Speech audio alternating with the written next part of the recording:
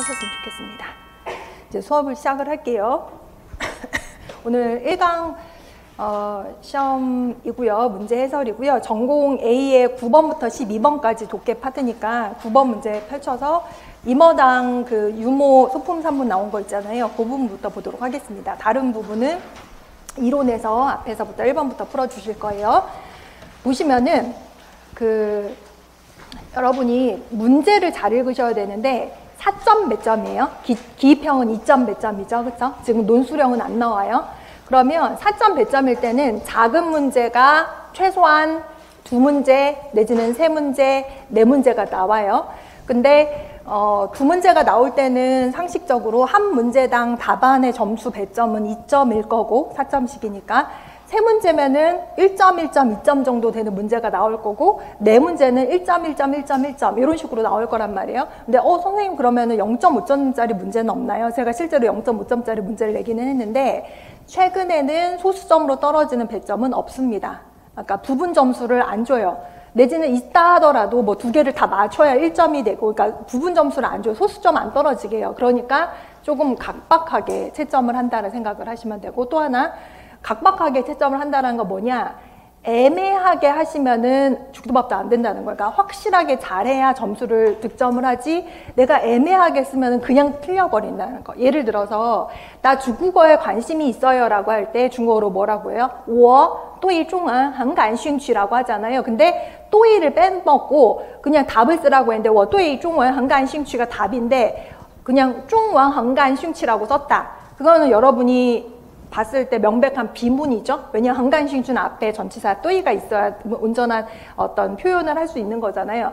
근데 답은 가까이 찾아갔지만 전치사를 하나를 안 써서 결과적으로는 중국어로 온전한 문장이 안 되면 틀려버리게 하는 거. 되게 아까운 거죠. 나는 답 근처로 갔는데 그 출제위원이 원하는 그 완벽한 뭐 문장 내지는 어구를 쓰지 않아서 틀려버리면 아까운데 그러한 채점이 되게 많다라는 거, 그런 답도 많다라는 거. 다시 말해서 통제를 해요. 우리 왜 작문할 때도 자유작문 이런 거 하면은 답이 천차만별이거든요. 근데 통제작문을 하면 예를 들어서 뭐 몇 자 안으로 하라라던가 내지는 이 단어를 꼭 쓰라라던가 뭐 이런 식으로 통제를 해주면은 답의 어떤 경우의 수가 줄어들게 되는 것처럼 우리 시험도 경우의 수를 줄이는 거예요. 왜냐?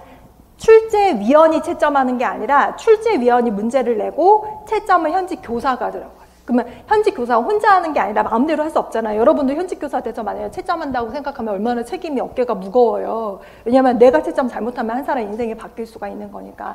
굉장히 진지하게 하는데 어떤 분은 에이 하면서 다 맞게 해주고 싶은 사람도 있을 거고 성격상, 어떤 사람은 얄짤없이 그냥 틀렸다고 하는 분들도 있을 거고, 근데 그 두 분이 이제 충돌하면서 중간에서 중재해주는 역할이 있을 수도 있고, 내지는 채점하다 보니까 창의적인 분은 이것도 분명히 답이 되는데 왜 답안에 그 참고 답안에는 없지? 예시 답안에는 없지? 하면서 교수님하고 찾아가는 분이 있을 수도 있고, 내지는 부끄러워. 그냥 여기 있는 것만 정답으로 인정해주고 아니면은 나 그냥 다 틀렸다고 할래 할 수도 있는 거잖아요.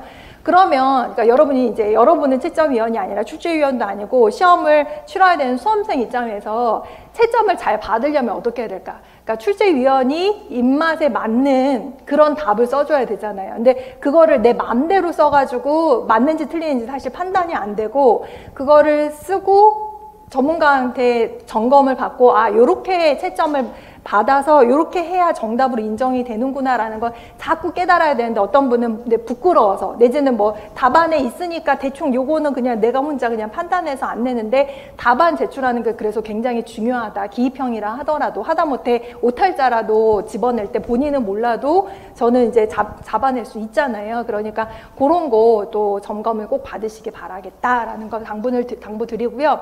9번 문제 이제 보시면은 A, B에 들어갈 이음절사를 쓰라고 했어요. 이것도 최근에 나온 건데 예전에는 들어갈 말을 쓰라 했는데 2글자, 3글자 너무나 다양하게 쓰니까는 요즘에는 통제를 해줘요. 몇 글자 내지는 단어 말고 구 내지는 어구 이런 식으로 써주기도 하고, 내지는 단어, 구, 어구라는 그런 문제 조건이 없으면 답이 너무나 분명한 거예요.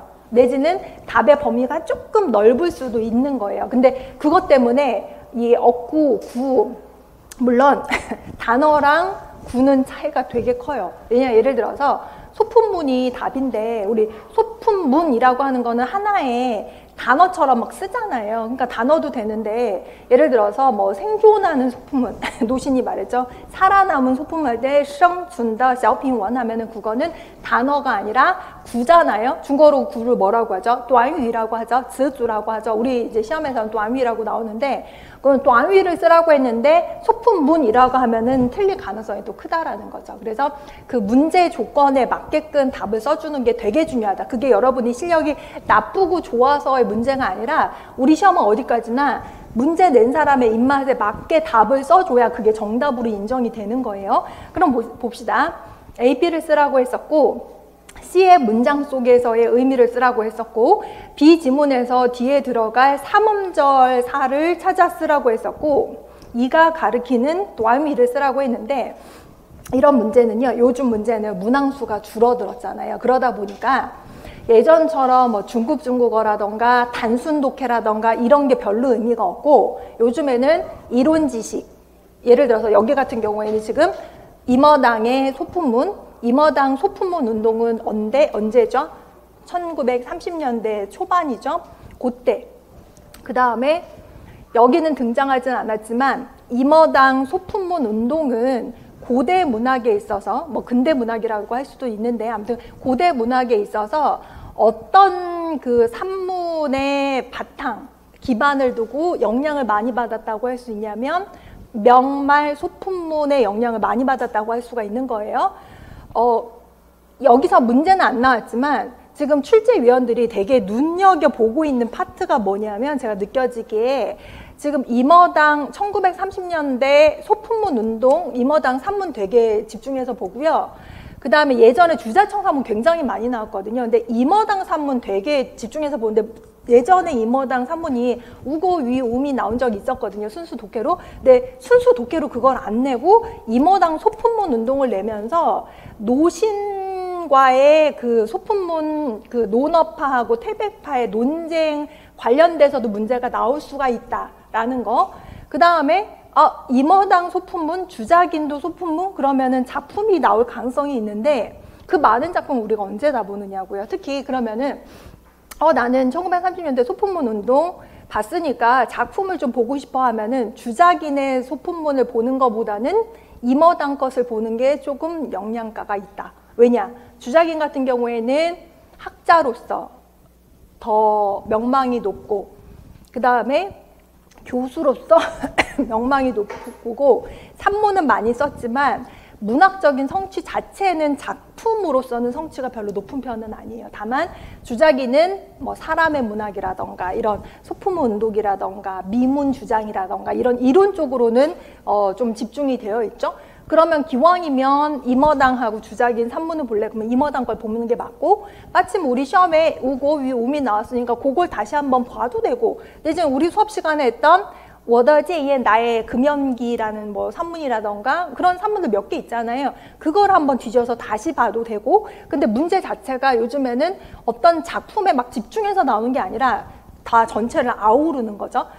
다시 돌아갑시다. 그러면 임어당 소품문 운동은 명말 소품문에 기반을 두고 있었다고 했었어요. 그러면 그 명나라의 산문을 최근에 출제위원들이 되게 집중해서 들여다보고 있는 게 보이거든요. 무슨 말이냐면은 명나라의 문학 장르 중에서 특히 산문만 뽑아서 보면 명초의 산문 같은 경우에는 특징이 뭐냐면 명나라는 원나라 망하고 나서 다시 들어온 한족 왕조잖아요. 그러다 보니까 왕권 강화, 중앙 집권, 관료들의 힘을 좀 약화시키다 보니까 관료들이 목소리가 크지가 않아요. 그러다 보니까 문학적에 있어서 뭘 주장하고 뭐 이러기가 처음에 초기 힘들었어요.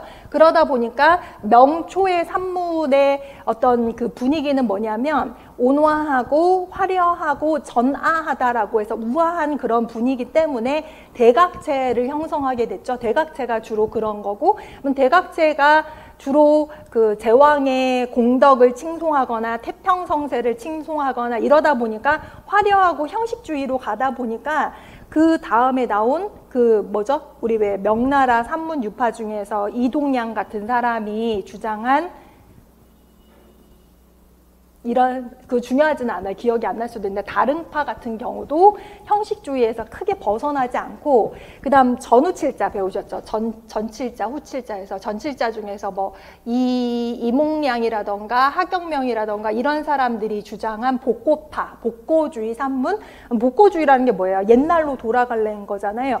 그러다 보니까 이런 대각체에서 옛날로 돌아가자, 차라리 옛날이 낫어라고 주장하는 그런 작가들이 나오고, 그 다음에 복고파랑 비슷한 그 느낌의 산문유파, 명나라의 산문유파가 뭐냐면 당송파인데, 당송파는 이름 그대로 당송의 어떤 시문을 되게 좋아하는 사람들이어서 4명 대표적인 사람 있잖아요.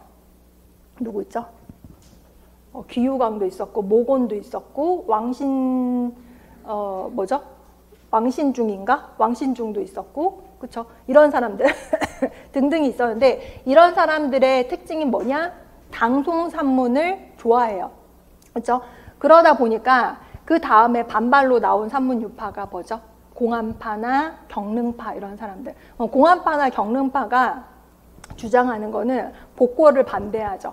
그리고 산문이 좀 뭔가 문장의 내용이 있어야 되고 사상 감정이 실려야 되고 문학은 진보해야 되는 것이고, 그러다 보니까 공안파나 경릉파 같은 경우에는 복고파라던가 이런 당송파에 반대를 하는 거죠. 그러다가 명나라 말의 소품문에 오면은 그 명나라 말의 소품문에 두드러진 특징이 제도를 반대해요. 제도라는 게 뭐죠? 문이 제도라는 게, 문장은 도를 실어야 돼라고 했는데 문장을 뭔가 이유 있게 쓰지는 마. 내 생각을 실어야 돼. 작가의 자유로운 사상과 창작과 개성을 주장을 하거든요. 그러니까 명말 소품문의 특징인데, 그럼 다시 현대로 와서 현대 1930년대 임어당의 소품문 운동은 어디에 기반을 뒀냐면은 명말 소품문의 어떤 주장에 좀 기반을 뒀고, 조금 더 언급을 하자면 복고파 아니죠, 그렇죠? 대각체 아니죠, 그렇죠? 다릉파도 아니죠, 당송파도 아니죠. 공안파 사실 조금 비슷하고요, 그렇죠? 그런 식으로 연결이 되는 거죠. 그리고 또 하나, 이 문제는 아니지만, 여기서 나온 문제는 아니지만, 우리 최근에 2021년도에 나왔던 기출문제 중에서 청나라 동성파 나왔었죠. 청나라 동성파 누구누구가 나왔어요? 방포, 유대계, 요내 이런 사람들 나오면서 방포가 주장한 의법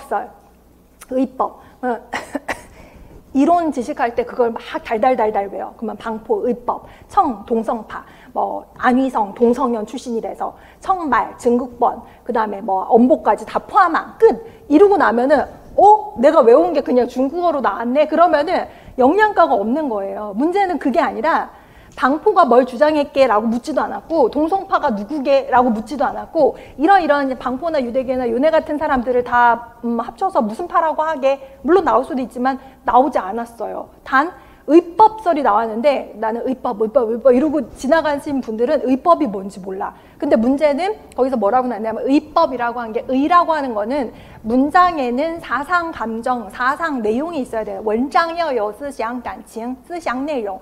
법이라고 하는 게 뭐죠? 우리가 알고 있는 그런 법률이란 뜻이 아니라 원장여, 条理清晰, 结构严谨. 그러니까 구조가 아주 잘 갖춰져 있어야 되고 조리가 있어야 된다. 그러니까 어떻게 보면 확장을 하면 우리 시험에 계속 언급이 되는 게 문장의 내용과 형식을 중시하는 측면에서 방포의 의법서를 등장을 시키면서 그 밑에는 누구를 또 가리켰냐면 귀진천 해가지고 우리 풀었었죠. 귀진천이 누구였죠? 귀유광이라고 했었잖아요. 그러면 다시 한번 생각을 거슬러 올라가서 귀유광이 아까 명대 산문유파 중에 어느 파라고 했었죠?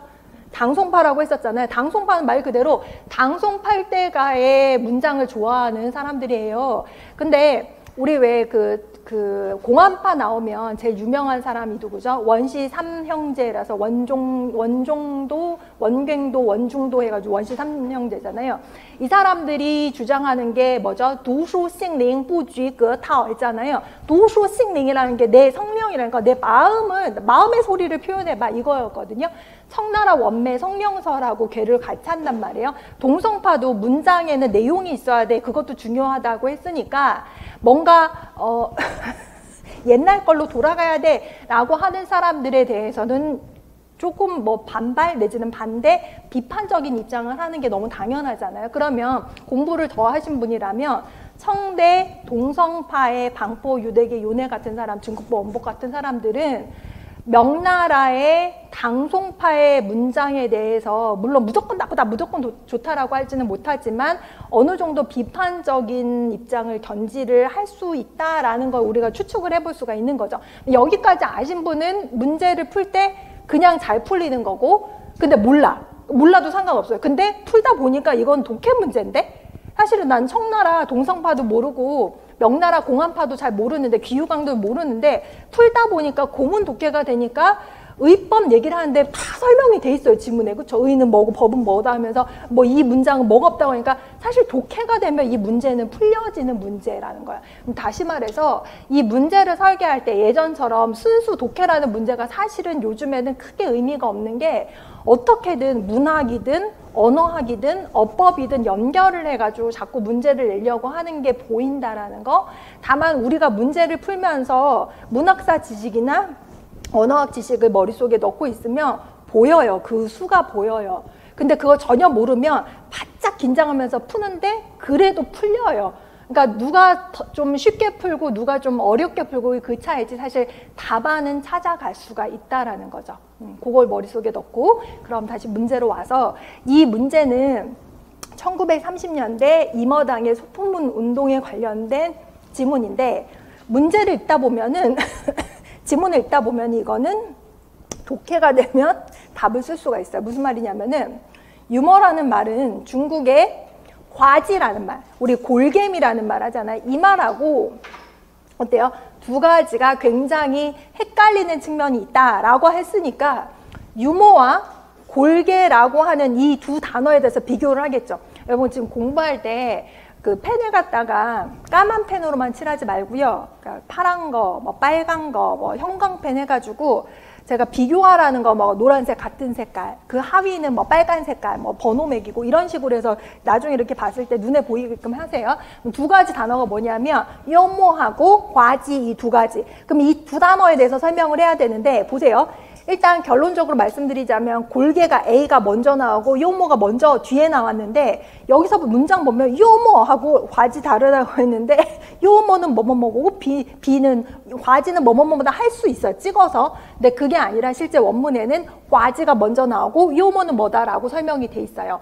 중요한 게 뭐냐, it라고 했으니까 여러분이 빨리 눈치를 채셔야 되는 게, 앞에 문장에 요모랑 과지가 나왔으니까 A에 들어갈 이음절 단어는 과지 아니면 요모가 되겠구나 라는 걸 파악을 하시고, 저급의 샤오탄, 그러면 지금 임어당이 론 요모라고 했으니까 요모를 임어당이 띠지더 샤오탄이라고 했을까, 과지를 띠지더 샤오탄이라고 했을까 생각해야 돼요. 저급이 유머일까 골개일까. 그 다음 그 의미는 뭐가, 한 사람이 마음속으로 그냥 웃기고 싶은 거일 뿐. 그 다음 얼이 들어가면 순접이나 역접이나 비교의 의미가 있어요. 비교해서 유머라고 하는 단어가 가리키는 거는 이庄이시라고 해서 같이 즐기는 거예요. 해학적인 거. 그 마음이 베이테민은 하늘과 다른 백성들을 불쌍히 여기고 애달파 여기는 건데, 여기서 내가 임어당이죠.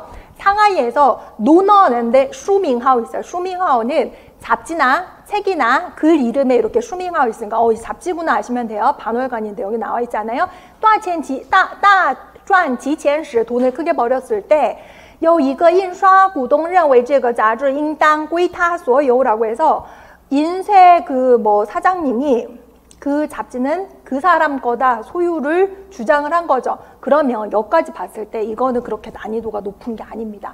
제목도 루요모고, 분명히 우리가 임어당 공부할 때 요모 따시라고 배웠었고, 유머와 무슨 논쟁해가지고 유머 풍자 소품을 썼다라는 거 많이 배웠으면, 임어당이 지금 소품문에서 담고자 하는 게 골개미가 아니라 유머라는 거 알잖아요. 그러면 B가 유머고 A는 당연히 그러면 골개라는 거 알 건데, 이거 틀렸으면은 여러분 이거 그냥 처음부터 다시 한번 해석을 잘 하셔야 되는 분. 이거 맞췄으면 지금 공부 제대로 잘 하고 계신 분이에요.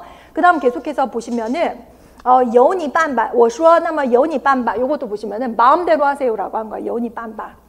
我那位朋友接过去 내 그 친구는 안 나와 있어 누군지 받아갔어요. 这份杂志不久就降格而成为滑稽笑话的性质라고 해서 어떤 친구가 받아갔더니 그 잡지가 얼마 되지 않아서 격을 낮춰서 골게 그냥 우스갯소리하는 그런 성질의 것으로 되었대. 그러니까 이머당 마음속에 골게는 저급의 샤오탄, 여모가 뭐 여기는 안 나있지만 고급, 조금 골게보다는 층차가 높은 거라고 생각을 하는 거 기억을 하셔야 되고 나중에 허라이 예죠 오지알정러라고 해서 잘 보세요. 우지 하면은 질병이 없는데 끝났다. 그러면 사람이 병이 없는데 죽었다라는 말이지만 이 우지알종의 주어가 뭐죠?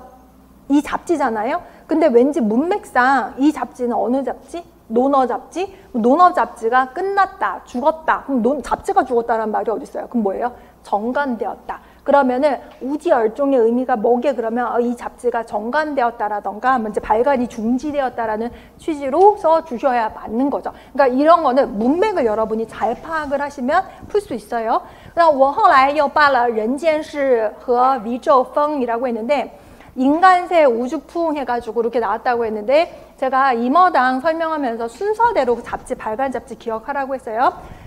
논어, 인간세, 우주풍. 논어가 언제? 여기 나와 있는 것처럼 1932년. 그 다음 우주풍은 1934년. 그 다음 인간세가 1934년이고 우주풍이 1935년인데 여러분이 이제 외울 때는 막 외웠을 거예요, 그냥. 근데 문득 드는 의문이 뭐냐면 이 사람 뭔데 이렇게 무슨 자식 낳는 것처럼 한 살 터울로 뭐 이렇게 잡지를 많이 내? 라고 할 수 있는데 그러면 두 가지가 있을 수가 있죠. 이건 시험에 나오진 않지만 여기 뭐라고 했냐면은 잡지가 잘 되니까 인刷고동이 자기 거라고 한 거잖아요.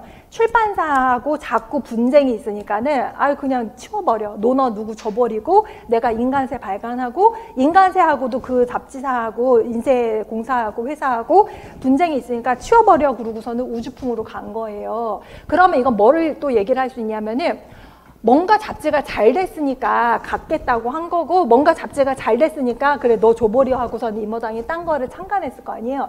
잘 팔렸다는 거예요. 1930년대 초에 어떤 일이 있었냐면 논어가 판매 부수가 뭐 지금이야 뭐 이게 많지 지금도 많다고 할 수 있지 10,000부를 넘었대. 10,000부를. 그럼 잘 됐어요. 그러면 우리가 또 알 수 있는 게 이머당이라고 하는 사람은 노신보다 열 몇 살 어리긴 했지만 북경에서 어사라는 잡지를 같이 했단 말이에요. 그쵸? 주작인하고 이제 형인 노신하고 이머당하고 같이 했단 말이에요. 서로 원래 알던 지인인데 이머당 자체의 정치 성향은 노신하고 너무 다르죠. 이머당은 좌련이니 공산당이니 이런 거 관심도 없어요. 싫어해요. 별로 안 좋아해요.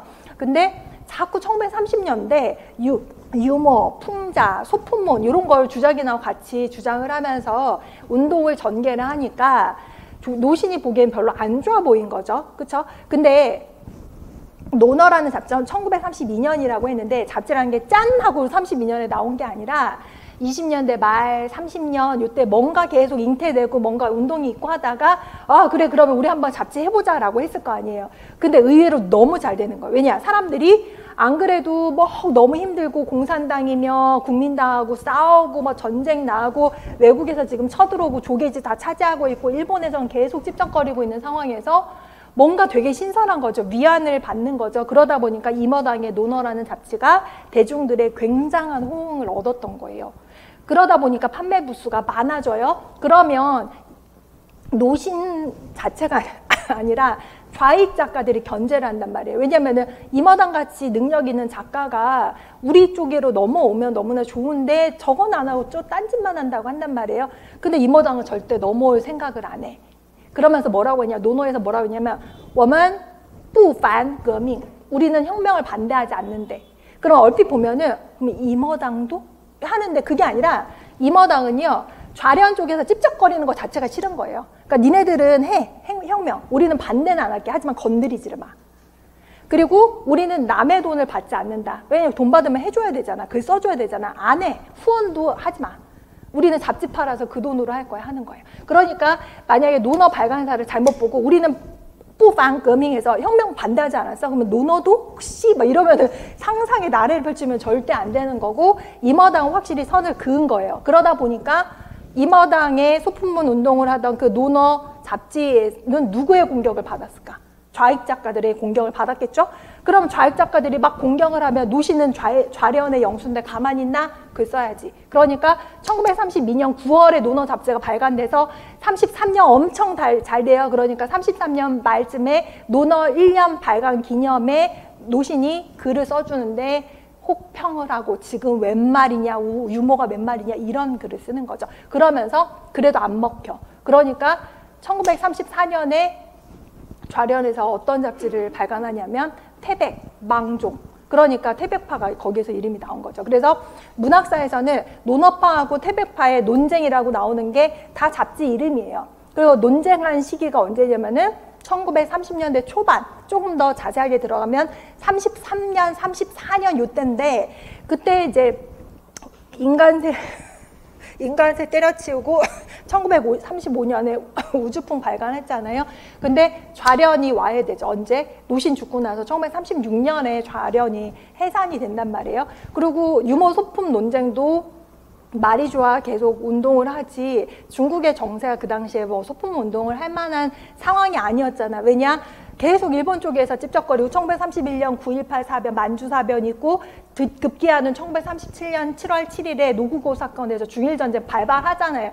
그러니까 흐지부지 됐으니까 그러면 논어파와 태백파의 논쟁은 언제로 우리가 기억을 해야 되는 1930년대 초반, 중반까지는 아닌가 거의 한 초중반 요 정도로 기억을 하시면 된다라는 거. 그러면 우리 요즘에 또 시험에 잘 나오는 스타일이 뭐냐면 그 소설 유파해가지고 시간 배열해봐라 이런 거 많이 나오잖아요.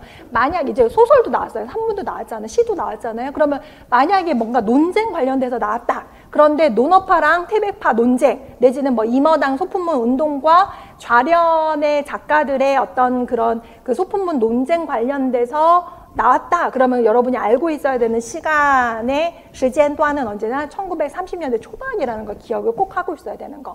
또 하나 우리 시험에 나왔던 것 중에서 전종서 많이 나온 작가예요. 심지어 그 사람은 그 작가는 작품을 많이 쓰지도 않았는데 웨이청이라는 작품으로 정말 굉장히 아주 파급력이 큰데 우리 시험에도 뭐 웨이청이 나오고 시험에 전종서가 몇 번 나왔는데 우리 시험에 딱 나왔던 게 와 전종서 반갑다고 딱 봤는데 작품이 슈어샤오 웃음에 대해서도 말하다 안 봤는데 이렇게 됐는데 읽다 보니까 다 해석은 돼요. 근데 그 전종서의 슈어샤오가 만약에 우리가 그 배경을 물어보면 이 사람 왜 유머가 싫대? 왜 웃음이 싫다는 거야? 웃으면 좋은 거 아니야? 라고 생각하면서 하면은 이제 한숨만 나올 상황인데 그 산문의 제전年代는 1930년. 그러니까 전종서는 좌익 작가는 아니었어요. 그러면 여러분 생각을 해볼 수 있는 게 여기 여러분이 이렇게 꽉 막히게 생각하면 전종서가 좌련이었던가 이러면 또 이제 생각이 막 꼬이는 거예요. 무슨 말이냐면은 저는 국민의힘도 아니고 저는 더불어민주당도 아니지만 뭔가 누군가 마음에 안 들고 누군가가 잘했고 누군가 마음에 안 들고 누군가 잘했고 이런 거는 막 있을 수 있잖아요. 전종서 또한 그 당시에 소품문 운동을 하는 게 마땅치 않은 거예요. 중국의 그 당시 상황에 유머가 웬 말이야 라고 하니까 그 전종서라는 그 작가가 슈어샤오라는 산문을 썼는데 출제위원이 그 작품을 딱 발췌를 했단 말이에요. 그러면 여러분이 지금은 생각을 해볼 수 있는 게 출제위원이 굳이 많은 산문 중에서 왜 전종서에 슈어샤오를 냈을까? 생각을 한번 해보세요. 1930년 왜일까? 뭘까? 이제 생각이 나세요? 임어당 30년 소품문 운동 그 다음에 지금 논어파, 태백파 논쟁을 안 내고 거기에서 여러 가지 그 유머에 대한 논쟁이 있었던 작품 중에서 전종서라는 유명 작가, 필력이 좋은 작가의 산문을 하나 내면서 순수 독해죠. 그거는 순수 독해예요. 내면서 그 사실은 순수 독해지만 문학사를 좀 알고 있으면은 아, 그 당시는 중국 현실에서 유머를 용납하기에는 좀 시기적으로 맞지 않았으니까 전종서가 유머는 재창되어서는 안 된다라고 주장을 하잖아요. 그러면은 알고 보면 조금 더 쉽게 풀리는데 모르면은 풀 수는 있지만 조금 어렵죠. 그 얘기를 하는 거예요. 그리고 또 하나 아까 제가 그랬잖아. 지금 전종서의 쇼샤오나 임어당의 소품문, 주작인의 미문이니 자꾸 이렇게 자꾸 나오는 이유가 지금 출제위원들이 산문을 내고 싶은데 산문 그냥 작품으로 순수하게 내는 게 아니라 문학사에서 접근해서 거기서 자꾸 가지치기를 한다는 느낌이 크고, 또 하나는 예전에는 당송팔대가의 산문을 자꾸 내려고 했었거든요. 근데 보면 당송팔대가 산문도 내야 돼. 왜냐? 산문에 있어서는 그들이 대표니까 한유 유종은 거 안 낼 수가 없는데, 하다 보니까 이번에는 왕한석에 나왔잖아요. 그러면서 딴 사람께 또 나와. 송렴께 같이 이중지문으로 나와. 그러니까 다시 말해서 자꾸 연결을 해서 낸다거나, 명말 그 기유관 같은 경우도 지금 기유관 한번 등장을 했잖아요. 그러면 당송팔대가 것만 볼 게 아니라 기유관의 우리 수업 시간을 봤던 매감자원이나 이런 것도 보면서 아, 명나라의 산문의 품격이 이렇구나라는 걸 한번 그냥 보는 것도 나쁘지가 않아요. 그래서 여러분이 이렇게 확장을 해서 공부를 하시는 게 도움이 되게 될 거다라는 거. 또 하나 여기 봅시다. 논어파라고 나왔는데, 지금 요거는 옛날 같았으면 이런 게 이제 기입형의 문제로 나올 수가 있는 건데 기억은 하고 있어야 돼요. 하지만 요즘엔 안 나올 가능성이 더 크다. 요즘 스타일로 봐서는. 하지만 우리는 암기는 하고 있어야 된다. 논어파는 30년대 산문 유파다. 30년대 기억을 하고 있어야 되죠. 왜냐하면 논어파 나와서 뭐 시간 배열 문제로도 나올 수 있고, 그렇죠? 그 다음 주요 인물이 임어당이다. 이미 시험에도 나왔었고 이거는 다 아실 거예요. 어렵지 않은 거죠. 주요 간행물이 이렇게 있다라고 해서 논어, 인간세, 우주풍이다. 다 1930년대 초반이죠. 뭐 위주다? 소품문 위주다라고 했고, 되게 중요한 게 유머와 한적과 성령을 제창했다라고 했으니까 성령이라는 게 명나라 공안파 도수싱링 부쥐거타오라고 했던 거. 더 나아가서 명날 소품문도, 명말의 소품문도 제도에 구애받지 않고 작가의 개성, 창의, 자유로운 상상, 표현하는 것을 굉장히 높게 평가했다고 했으니까, 만약에 이게 연결이 되면, 만약에 뭐 명나라의 당송파랑 연결, 아니죠. 명나라 뭐 복고파, 아니죠. 대각체 물론 아니죠. 다릉파, 아니죠. 만약에 나오면 그냥 공안파나 경릉파라던가 명날 소품문까지 연결을 할 수가 있는 거고, 그 다음에 이게 자아를 중심으로 해서 한적을 비디오라고 해서 采取与政治保持距离的自由主义立场이라고 해서, 이것도 중요한데 정치와 거리를 둔대요. 자유주의 입장. 이게 자유주의라는 게 심종문도 자유주의라고 했잖아요. 그러면 심종문은 우리 나오면은 뭘 기억해야 되죠? 경파. 그렇죠? 경파는요, 정치와 거리를 두어서 자유주의 작가군이라고도 얘기를 하거든요. 여기서도 자유주의 입장을 견지했다는 건 정치하고 거리를 두는 거예요. 논어는 문장을 시비에 추지, 건드리지 않았다는 거는 그 시대의 병폐에 건드리지 않은 거예요. 다시 말해서 나라가 망하거나 말거나 사람들이 굶어 죽거나 말거나 일단은 웃겨주자. 임어당은 또 생각이 있을 수도 있어요. 이럴 때일수록 좀 웃어야 긍정적인 에너지가 나오지 않을까라는 좋은 생각이 있었을 수도 있지만, 좌익 작가들이 봤을 때는 시국이 이렇게 엄중한데 그들이 주장하는 문학은 어떤 문학이냐면은 혁명 문학이면서 망해가는 나라를 구하고자 하는 찌우왕이 뭐죠? 찌우는 구하다. 왕이라고 하는 건 망해가는 국가를 구하고자 하는 구망문학을 주장을 한 거죠. 구망도 시험에 나왔었죠.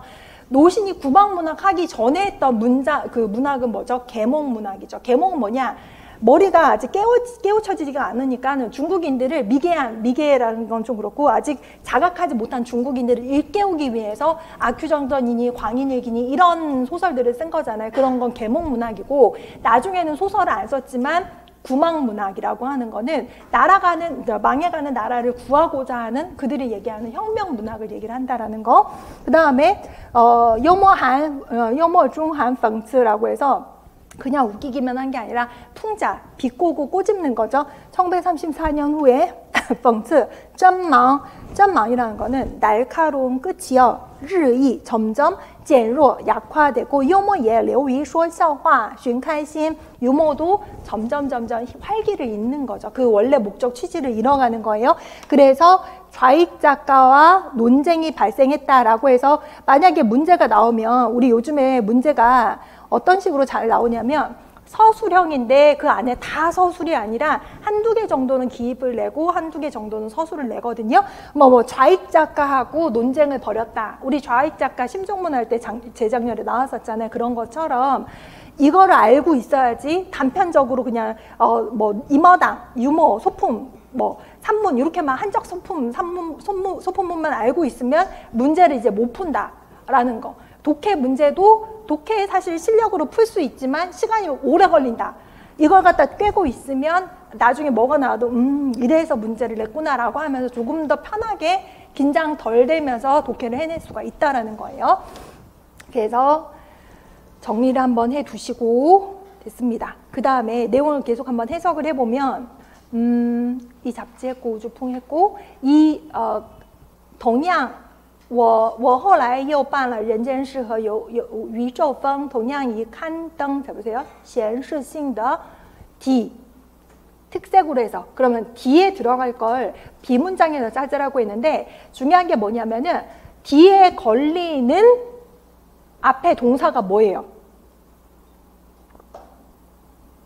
칸덩이잖아요. 칸덩. 그러면 칸덩이라는 거는 잡지 같은 데 글을 싣다라는 거니까 아 뒤에 들어간 거 한적한 어떤 글을 싣는 거를 특색으로 한 거니까 무슨 글일까? 이러고 B를 갖다 막 독해를 해봐야 되는 거고 항전이 발생할 때까지 심지어 일본이 상해를 점령할 때까지 어느 정도 일정 시간 정도 계속 유지가 되었다라고 한 걸로 봐서는 항일 우리 중국에서는 항일 전쟁이라고 하고 우리나라에서 중일 전쟁이라고 하는데 그때 유머 소품 산문이 이제 거의 꼬리를 내렸다라고 했죠.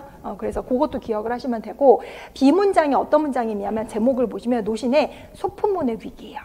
이 글을 언제 썼냐면 1933년 8월 말에 써서 9월 달에 발표를 했어요. 그러면 논어라는 반월간 잡지를 1932년 가을에 발간을 했기 때문에 논어 1년쯤 됐을 때 소품문의 위기라는 글을 썼어요. 그러니까 노신이 말하는 생각하는 소품문은 위기잖아. 그러면 소품문에 대해서 뭔가 무조건 안 좋다가 아니라 무조건 좋다가 아니라 뭔가 소품문 지금 위험한데? 이런 내용을 얘기를 하고 있는 거죠. 잘 보세요.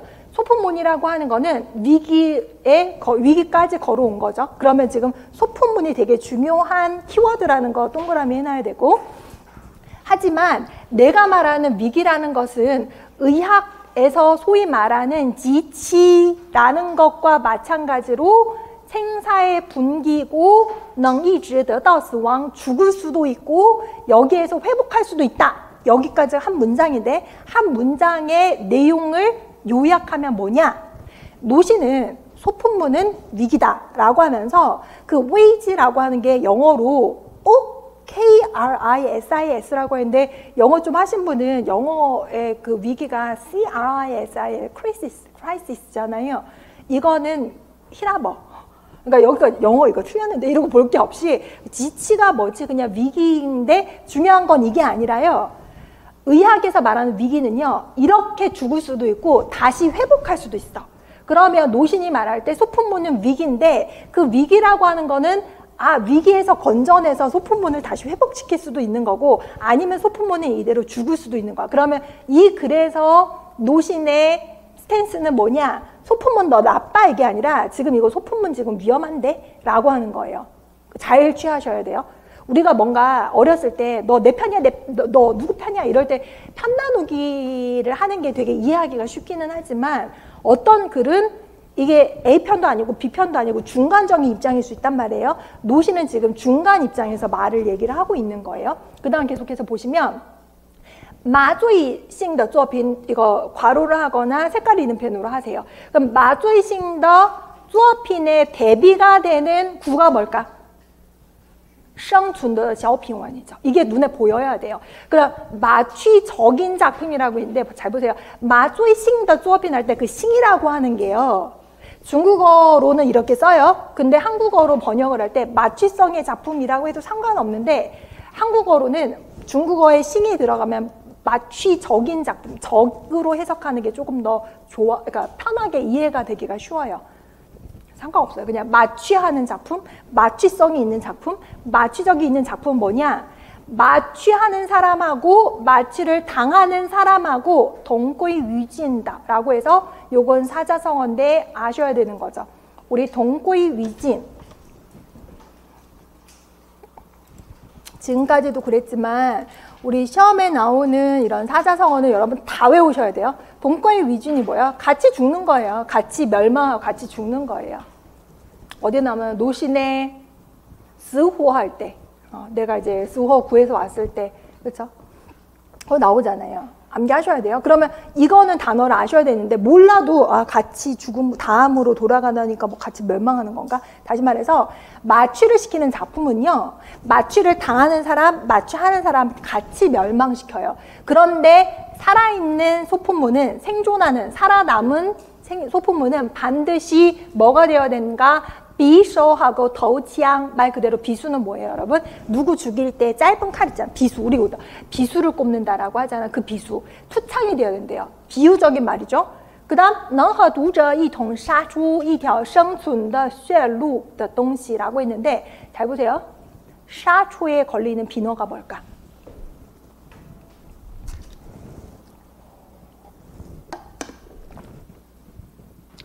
중국어로 샤초에 걸리는 비너가 뭘까요? 이 문장에서 쉐루, 그쵸? 그럼 쉐루는 한자어 같아. 도금으로 읽을 수 있어. 혈로. 일단 혈로가 뭔지 몰라도 해석을 해보면 살아남은 소품문은 반드시 비수와 투창이고 비수이자 투창이고 독자와 함께 혈로를 샤추하는 할 수 있는 것이어야 한다. 삐쉬가 끝까지 다 걸리는 거예요. 그쵸? 그럼 이게 뭔 말인가? 뭔 말인가? 이해를 빨리 해보면 혈로라고 하는 거는 어려움, 공경을 벗어나는 생존의 길이 혈로예요. 샤초가 나왔다고 누구를 죽이는 게 아니라 혈로를 뚫다라는 거. 다시 말해 샤초 쉐로라는 거는 포위망이나 어려움을 뚫고 나가는 그런 길을 열어야 되는 거예요. 다시 말해서 소품문이 살아남으려면 비수나 투창이 되어서 살 길을 뚫어 나가줘야 돼. 누구를 그냥 웃기기만 하면 안 되는 거예요. 마취시키면 안 되는 거예요. 그냥 껄껄껄 웃다가 거기서 끝나면 안 돼요. 하지만 자연이 타 나왔어요. 타가 누굴까? 也能给人愉快和休息. 얘는요. 사람한테 유쾌와 휴식을 줄 수도 있지만 이건 결코 小摆设가 아니에요. 小摆设는 뭐죠? 작은 장식품은 아니에요. 더더군다나 뭐는 아니에요? 抚慰와 마비는, 抚慰는 뭐예요? 위로하고 위안하는 거. 마비는 뭐죠? 말 그대로 마비는 아니에요. 그럼 몇 가지가 중간에 한 문장인데 타가 가리키는 게 뭔지. 근데 이해해보니까 타가 또 나왔네. 걔는 사람들한테 주는 유쾌함과 시우시 이걸로 봐서는 앞에 나온 타하고 소문자 2의 타하고 같은 타다 다른 타다 가리키는 것이 같은 애다. 그러면 얘는 사람들한테 주는 유쾌함과 휴식은 휴양이어야 되는 거고 노동과 전투 전에 준비가 되는 휴양이어야 한다. 그러면 지금 말하고 있는 게 소품문이긴 소품문인데 어떤 소품문? 두 가지 소품문이었다. 마주이싱의作品과 生存的作品이라고 했을 때 지금 타는 生存的小品文이 되는 거죠. 그러면 다시 한번 정리를 합시다. 노신의 사상은 중요하니까요. 노신의 생각에 소품문은요. 비수와 투창이 되어서 우리의 살 길을 뚫고 나가는 역할을 해줘야 되는 거고 또 하나 사람들한테 즐거움, 하는 거는 유쾌함과 휴양을 주는 건 좋은데 그냥 쉬어. 집에 가서 그냥 쉬어. 나오지 마. 이게 아니라 뭘 하기 위해서? 내가 노동을 하거나 전투를 하거나 준비하기 전에 쉬어야 되는 그런 휴양이 되는 유쾌함과 시우시라고 했나? 시우시, 위화和시우시가 되는 휴양이어야 되지 그냥 유쾌함과 쾌락으로 그냥 끝나는 것이 부웨이나 마비가 되어서는 안 된다. 그럼 다시 한번 정리하면 生存的小品文 특히 노신이 생각하는 小品文은 小摆设여야 한다 아니다? 아니다. 抚慰和麻痹여야 한다 아니다? 여기서는 아니었다. 뭐냐? 시우양이어야 된다. 왜 시우양을 하려면은 뭐 전제 조건이 뭐냐? 전투를 하거나 내지는 노동을 하기 위한 그 준비로서의 휴양은 될 수 있다. 사람들한테 미활, 시우시 줄 수 있는 시우양은 좋다. 하지만 샤오핑원 자체가 그냥 감상하는 작은 장식품에 지나서는 안 된다라는 얘기를 하고 있는 거예요. 그러면 문제를 이제 풀어보면은 A, B는 다 요모, 화지 요모고 오지열 정도 잡지가 정관되었다라는 취지로 써주면 되고, 뒤에 들어갈 거를 비에서 찾으라고 했고 삼음자 의뢰라고 했기 때문에 샤오핑원만 답이 되고요. 타가 가리키는 또아미를 쓰라고 했기 때문에 쌍춘더 샤오핑원이라고 써야지 소품문이라고 쓰면 틀리는 거죠. 그러니까 이런 식인 거예요. 소품문 맞잖아요. 맞아요. 하지만 문제에서 구를 쓰라고 했는데 단어를 쓰라고 하면 틀렸다라는 거. 그래서 쌍춘더 샤오핑원이라고 써주셔야겠다라는 거. 됐습니다. 그 다음에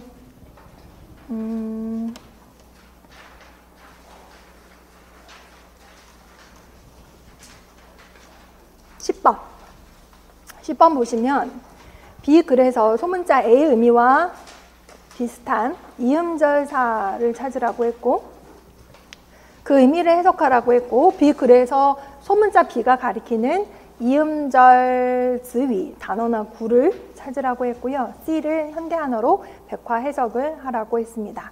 이 글은 밑에 이제 나와 있지만 기후광의 항척헌지라고 했었어요. 기후광이라고 하는 사람은 아까 명나라 산문 유파 중에서 어디 사람이라고 했죠? 무슨 파? 당송파라고 했었죠. 그래서 이거 간단하게 보고 가면 이제 귀진천이라고 문제가 나왔기 때문에 여러분이 확장을 하면 기후광의 산문도 사실은 후보가 될 수 있어요. 문제 나올 수 있는 후보가 될 수 있습니다. 명나라 소주 뭐 이것까지는 중요하지 않고 뭐 자시포 이런 것도 중요하지 않고요. 호진천인데 이거를 외워야 되냐 안 외워도 상관없어요. 귀진천 거기서는 기후가 아는지 문제를 우리가 기출해서 나오지 않았기 때문에 뭐 또 중요하지 않고요. 다 중요하지 않고 가정 뭐 연간에 뭐 남경에서 어쩌고 저쩌고 다 중요하지 않고 중요한 건 뭐냐? 당시 원비진한 요 말은 누가 한 말이죠? 시비 성당 원비 진한이라고 복고주의자들이 얘기를 한 거잖아요. 그렇죠? 이런 사람하고 뭐 등등등등 됐었고 이 사람을 여기 왕신지 당순지 왕신중 아닌가요? 왕신중이죠. 그렇죠? 왕신중 당순지 요거 다시 보세요. 왕신중 당순지 모곤 등과 함께 당송파라고 불리운다. 이것도 기억을 하셔야 되는 거죠. 그래서 그 산문의 특색이 부수젠제라고 해서 이 부수라고 하는 게 소박한 거죠. 우리 그대로 박소가 소박이죠. 반대로 돼서 우리도 왜 우리나라 이제 중문과 공부하신 분들은 질박하다를 알 텐데 그게 아니라 다른 중문과 전공자가 아닌 사람들 이 글은 질박하다 그러면 뭐지 이럴 거예요. 그렇죠? 근데 우리 시험에는 쯔부도 나왔었잖아요. 그거 반대되는 어휘 찾으라고. 그래서 뭐 이런 글이 있었다. 뭐 이런 거. 그래서 아무튼 당송파다라는 거 기억을 하시는데 여기서는 그런 거 몰라도 상관은 없어요. 문제 자체는 독해를 하고 풀어내면 되는 건데 도연명의 귀거래사를 먼저 보면 이건 다 해석하지 않겠습니다. 제가 참고로 그동안에 해석을 했던 거는 원문을 다시 해석하지는 않아요. 해석하지 않았던 걸 해석을 합니다. 근데 귀거래사는 배웠는데 우리가 뭐라고 배웠냐면은 도연명이 29세부터 41세까지 관직 생활하다가 얼마 안 되는 월급, 쥐꼬리만한 월급이라고 해서 그때는 우도즈미라고 해요. 거기에 저야 하기 싫다고 해서 때려치고 고향으로 오죠. 그래서 직접 농사도 짓고 산과 강으로 다니면서 전원 생활을 즐기죠. 그래서 우리는 도연명을 일컬어서 무슨 시파? 전원시파라고도 얘기를 하는데 시만 지은 게 아니라 산문도 짓죠. 그래서 귀거래사, 귀거래해라고도 하는데 여기 보면 고향으로 가는 일정을 도연명이 글에 담았는데 고향에 돌아와서 보니까는 어린 시종들이 나를 마중하고 어린 자식들이 이제 반갑게 마중하고 방에 들어갔더니 술상이 있다라고 하면서 근데 그 방의 모양을 얘기를 하는데 렁시즈이안이라는 말을 했어요. 렁시라고 했는데 그 시라고 하는 게 우리 슬개골 왜 슬아의 자녀가 몇 명인지 할 때 그 슬이라는 게 그 무릎뼈를 슬개라고 한다 슬개골이라고 한다 했잖아요. 그래서 렁시라는 거는 무릎을 허용하는 그 공간이라고 해서 아주 작은 그런 공간 방을 얘기를 한다고 수업 시간에 분명히 얘기를 했죠. 기억이 안 나면 안 되는 거죠. 용스를 찾아주시면 되는 거고 이 말의 의미는 金融两栖形容居室狭小只可容纳一个人居住 이렇게 써주시면 되는 거예요. 용스 쓰시고 A를 해석을 한번 해보겠습니다. 항척헌이라고 하는 데가 기후광의 서재예요. 서재. 旧南格子예라고 해서 옛날에 남쪽에 있던 뭐 누각 같은 건데 시진방장이라고 했는데 해석이 돼야 돼요. 그 실내가 단지 겨우 네모 사각방, 각질방이죠. 한자 정도, 그러니까 굉장히 작은 방이에요. 그 롱이렌쥐라고 해서 가능하다, 용납하기가 한 사람이 거하는 게 용납이 가능하다라고 했으니까 용술이라는 게 한 사람 정도가 기거할 만한 공간이다라고 했습니다.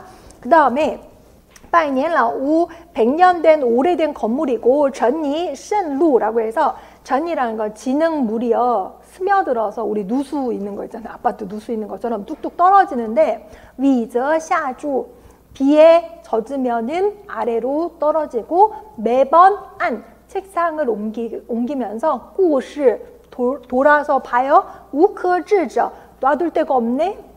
뭐를 놔둘 데가 없는 거예요. 책상을 놔둘 데가 없어. 너무 좁아서. 그 다음에 요北向 또한 북향이래요. 해석이 되죠. 건물이 북향이야. 不能得日 당연히 북향은 해가 안 들어요. 잘. 그러니까 해가 들어오지 않아서 日过午 하면은 해가 오후가 오전이 정오가 지나면 이미 방이 어둑어둑하다 해석이 되는 거죠. 그 다음 보시면은 위라고 했는데 이 위라고 하는 거는 라오포 할머니 구. 그러니까 여기서는 위가 누군지를 보셔야 되는데 뒤에 설명이 나왔어요. 시엔다무 삐예라고 해서 선대모에, 그러니까 여기선 선대모라는 거는 할머니. 잘 보세요. 위 시엔다무 삐예가 한 문장이라면 우리 고전사문의 가장 기본적인 고전 구식이 A는 B이다 라고 할 때 앞에다 절을 붙여도 되고 문장 끝에 이해를 붙여도 되고 앞에 절을 안 붙여도 된다고 했잖아요. 이런 거죠. 위는 할머니의 시종인데 루아시라고 해서 루아시 두 대의 젖을 먹였고 시엔비푸즈선호라고 해서 여기 할머니 선모 여기서는 이제 엄마예요. 어머니 기후가 어머니가 그녀를 쓰다듬는다는데 대해주기를 굉장히 잘 후하게 대해주었다. 그러니까 한여이긴 하지만 할머니나 어머니가 잘 대해주셨고 셔시련위종구이라고 해서 그 방이 서쪽하고 중간에 방하고 연결이 되어 있는데 시엔비 이게 어머니가 장이즈 일찍이 오신 적이 있는데 위 이때 유모 그러니까 사람이 지금 3명 나와요. 유모 나왔죠. 할머니 나왔죠. 어머니 나왔죠. 나 귀유관이 나오고 있는 거죠. 유모가 매번 나에게 말하기를 그럼 나는 누군가 귀유관. 이것도 여러분 잘 보셔야 되는 게 요즘에 잘 내는 문제가요. 고문 같은데 위 나오고 밑줄 그어놓고 누구게 이름 써봐 이런 문제도 꼭 나와요. 그러니까 고대 작가 1명, 현대 작가 1명 이런 식으로 잘 나오는 편이니까 작가들은 웬만하면 이름 쓰는 거 꼭 기억을 하세요. 나한테 귀유관한테 뭐라고 했냐면은 某所尔牡蛎为子라고 해서 어떤 곳 내지는 여기가 어머니가 여기에서 서 계셨던 곳입니다. 유모가 또 말하기를 루 여기서 루는 너 할 때 그 너 자네의 누나가 여기 내 품에 있을 때 꾸꾸과과 얼치 응애하고 울 때 냥 어머니가 자네 어머니예요. 그러니까 어머니를 가리키는 말이 시엔비도 있고 무도 있고 냥도 있어요. 그렇죠? 냥. 그렇죠? 이 지커멍 페이유에 문을 두드리면서 말하기를 얼한후 위시후라고 했는데 알면 더 쉽지만 그게 아니더라도 이 정도는 해석이 됩니다. 얼 아들이죠. 한후면 춥냐? 물어보는 거잖아요. 위시후면은 먹고 싶냐는 거 배고프냐? 뭐 먹고 싶으냐? 근데 이게 중국어로 갈 때 별거 아닌 것 같지만 또 여러분이 장문할 때 사실 안 해보면 힘들잖아요. 그러니까 추우냐? 뭐 먹을래? 孩子是冷呢还是想吃东西呢? 추운 게냐? 还是안 해도 상관없어요. 먹고 싶으냐? 뭐 춥냐? 먹고 싶으냐? 이렇게 이런 취지로 써주시면 돼요. 내가 여기서 내가 누구죠? 기후관이죠. 정반와의 쌍웨이인다. 그 판을 사이에 두고 문을 사이에 두고 대답을 하였는데 말이 끝나기도 전에 위치 내가 울었어요. 그랬더니 그 유모도 역시나 같이 울었다라는 그런 내용입니다. 그래서 여기는 안 실렸지만 그 할머니가 이 기후강의 공부를 열심히 하니까 우리 집안에도 장차 큰 인물이 나오겠구나 이렇게 흐뭇하게 생각했던 부분. 그러니까 항척헌이라고 하는 게 되게 좁은 서재였는데 우리 예전에 시험에 나왔던 유우석의 누실명처럼 그 누실처럼 작은 서재예요. 근데 논어에 보면 공자도 그런 말 하잖아요. 집이 허러우지요. 누추함이 어디 있겠는가. 군자가 향기로운, 그러니까 군자의 덕이 향기로우면 그 공간이 좋고 나쁜 거 그렇게 문제가 되지 않는다라는 얘기를 하잖아요. 그래서 그런 내용이라고 생각을 하시면 되겠습니다. 됐고요. 그 다음에 11번 보겠습니다. 우리 그 21년에 나왔던 문제 중에서 단오절 문제 나왔잖아요. 그거랑 굉장히 유사하게 나왔는데 단오는 우리 문제 몇 번 나왔어요. 그래서 두 번째 단락의 B지문은 단오절 우리 시험에 나왔던 동일 지문으로 잠깐 실어보고 A 지문에는 정양지혜를 내봤어요. 정양지혜는 양이 두 개 겹친다 해서 음력 9월 9일을 정양지혜라고 하는데 단오절 사실 우리나라에도 단오절이 있죠. 중국에서는 우리나라 강릉 단오절을 단오제라고 하는데 거기를 뭐 자기네 문화를 훔쳤다고 하는데 사실은 그 중국의 단오절과 우리나라 단오제는 다르죠. 우린 창포물에 머리 감고 뭐 다른 건데 중국에서는 구러원의 죽음을 애도하면서 만든 렁저징도하고 다른 명절이잖아요. 근데 이제 이름이 같다 보니까 자꾸 자기네 문화를 훔쳤다고 하는데 다르죠. 그러니까 문화 문제가 예전에 사실 되게 중요했었어요. 근데 안 나오다가 최근에 나와요. 그러면 제가 그랬었잖아요. 독해가 이미 순수 독해가 잘 안 나온다. 뭐 언어학이든 문화든 얹어서 나온다라고 했잖아요. 그러니까 이것도 단오절이 나왔는데 우리 단오절 다 아는 거고 시험에 나왔었는데 그냥 독해로 나왔네. 그럼 단오절에 대해서 꿰고 있으면 문제 풀기가 조금 더 쉽다. 중양절도 마찬가지다. 다른 명절도 마찬가지다. 이론 때 많이 배웠잖아요. 한번 해석을 한번 해보겠습니다. 보시면은 정양지혜의 지위엔 중양절의 기원. 한나라 초까지 거슬러 올라간대요. 한고조 유망이 애첩이었던 첫 부인이 여후한테 여태우죠. 찬하이 참박한 해를 당한 다음에 서허 지夫人的宫女贾某가也被逐出宫이라고 했어요. 궁에서 쫓겨났는데 첫 부인 모시던 그 시녀가嫁위 빈민 웨이치 빈민한테 시집을 갔대요. 근데贾某가传出 이제 소문을 낸 거죠. 황궁에서는 매년 9월 9일이 되면 都要配茱萸食蓬儿饮食花酒以求长寿라고 해서 A는 우리 폐용, 명찰 폐용 이렇게 쓰잖아요. 어렵말. 그 폐라는 거는 달다. 근데 주유를 꼽다, 달다. 그 다음에 벙얼이라고 하는 식물을 먹고 국화주를 마신다. 이로써 장수를 구한다, 원한다, 부탁한다, 뭐 희망한다. 그러면 네 글자 이 지오 장서도 색깔 있는 펜으로 표시를 해놓고 일단 주유라고 하는 이 식물 우리나라에서는 아마 모르는 분이 많을 텐데 조그맣고 우리나라에서 이것도 주유라고 하나? 저는 본 것 같은데 그 이름이 주유인지 모르겠는데 조그맣고 빨간 말투 두비엔 찾아보면 나와요. 조그맣고 빨간 건데 빨간 게 액을 물리친다고 생각을 했기 때문에 가을이 되면 주 열매가 막 이렇게 보면 빨개요. 그거를 꽂아요. 그리고 높은 데 올라가. 그 다음에 술을 마시기도 하고 술을 갖다 이렇게 뿌리기도 하는데 국화주를 많이 마셔요. 근데 국화가 뭐냐면 지금 가을 되니까 이렇게 때 코스모스도 피고 이제 국화도 필 때 됐는데 국화꽃이 어떤 색이죠? 노란색도 있고 하얀색도 있잖아요. 근데 국화 잎도 그렇고 그 국화로 차를 우려 마시기도 하거든요. 근데 국화차는요 몸에 열을 식혀줘요.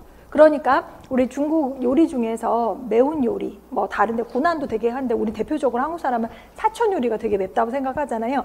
사천 요리 시키면 국화차를 많이 시켜요. 그래서 매운 거 먹고 국화차 마시면서 열을 내리는 역할을 하는 거거든요. 국화가 가을에 많아요. 그러니까 9월 9일, 음력 9월 9일 중양절이 되면 떠오르는 사물이 주유, 국화주, 그 다음에 높은 곳에 올라 뜬가운데 그러면 이런 생각할 수 있어요. 높은 곳에 올라가니까는 산에 올라갈 수 있죠.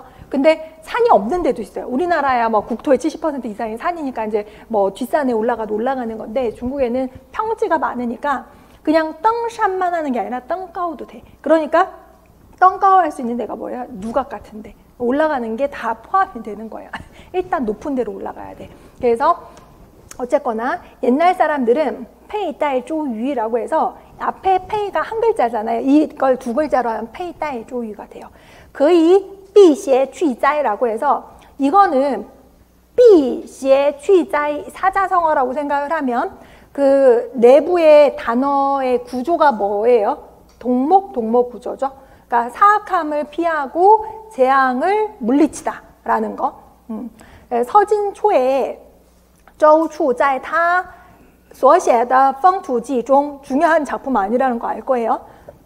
曾说到重阳节登高饮菊花酒的宴会 높은 데 올라가서 국화주를 마시던 연회.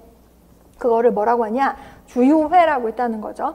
周处는 동우의 이싱, 지금의江苏省의 이싱이라고 하는 곳의 사람인데 所记的风俗是江南风俗, 강남의 풍속을 적어놨다. 정양제는 민간에 덩가오의风수가 있대요. 그래서 덩가오제라고도 부른다. 이거는 문맥을 파악하면 어처구니 없게 쉽죠. 그러니까 어떤 분은 이렇게 쉬운 문제가 나왔을 리가 없지. 이러면 또 이제 여러분이 미로에 빠지는 거예요. 이런 문제도 간혹가다 나와요. 그러니까 문맥만 잘 파악하면 답이 요 근처에 있는 게 나오니까 되도록이면 그 근처에서 답을 찾으면 돼요. 덩가오 쓰시면 돼요. 相传实比东汉登高受人重视，特别是受老年人重视的另一个原因, 노인들이 덩가오를 좋아하는 이유가 뭐냐? 가오라고 하는 게 가오셔, 오래 산다라는 의미라서 사람들이 덩가오 하면은 높은 곳에 올라가면 장수할 수 있다라고 믿기 때문에 노인들이 이때 이제 높은 곳에 그래도 올라가려고 한다라는 거죠. 그러면 그 페이, 주 위에 목적이 뭐냐라고 했을 때 문제가 A 그래서 찾으라고 했잖아요. 그러면 찾으라고 했으면은 그대로 써주셔도 상관없고요. 조금 더 문장을 나는 완전하게 만들고 싶다. 그러면 차, 주유 내지는 페이, 주유是为了네 글자. 제일 중요한 관键词는 避邪去灾. 뭐냐? 액을 물리치려고 주의를 꼽는 거예요. 그러니까 이게 관键词. 거기에 들어가면 이제 정답일 수 있는 거고요. 그 다음에 B는 이제 덩가오였고, 덩가오의 목적을 A 글에서 찾으라고 했잖아요. 근데 문맥을 끝까지 보다 보니까 노인들이 좋아하는데 덩가오의 가오가 가오셔의 의미니까 덩가오 하면 장셔할 수 있으니까 사음절로 찾으라고 했으니까 맨 첫 번째 달라 마지막에 이조 장셔 오래 사는 그러니까 장수를 구할 수 있다 추구한다 바랄 수 있어서 바랄려고 덩가오 한다. 그런 목적을 네 글자로 찾으면 이조 장셔 이거 원문으로 찾아주면 되고 마지막 남은 거는 B 그래서 B의 목적. 그 B의 목적이 아까 그 덩가오지에 덩가오하는 그 목적과 유사한 B 그래서 A의 유사한 예를 찾으라고 했잖아요. A가 뭐냐면 페이주위라고 해서 아까 주유를 꼽는 내지는 다는 그 활동의 목적이 액을 물리치고 재앙을 물리치는 건데 우리 시험에 나왔던 단오절 같은 경우에는 우황주를 먹음으로써 이 삐시의 취자이랑 거의 비슷한 의미를 갖고 있는 게 취시의 제도 맨 마지막에 나와 있잖아요. 그러니까 문장을 만들어주면 类似例子如端午吃雄黄酒是为了驱邪解毒 요걸 써주시면 돼요.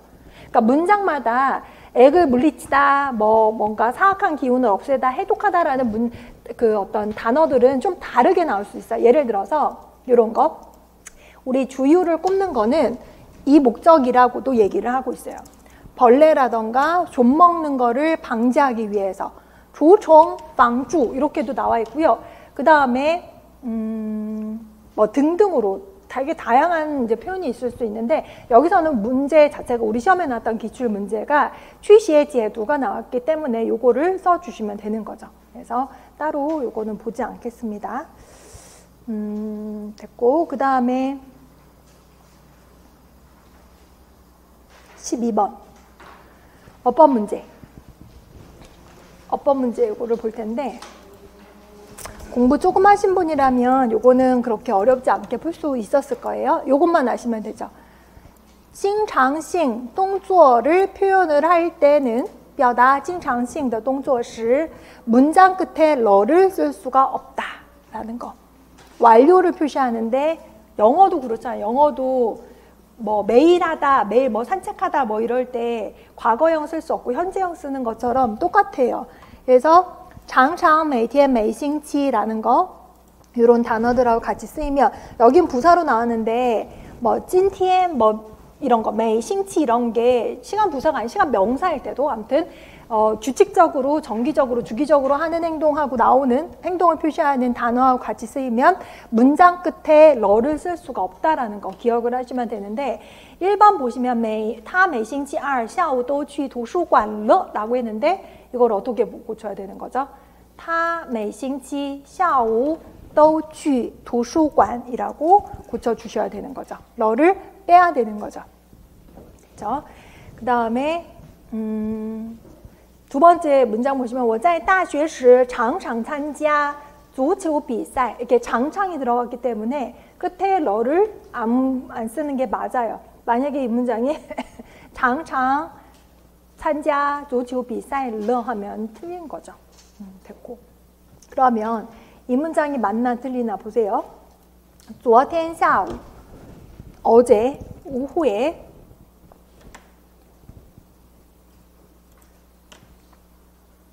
이 문장은 맞나 틀리나 한번 보세요.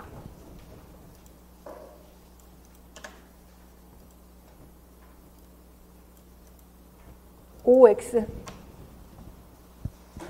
문장 이거 끝나는 거예요. OX 요거는 틀렸다.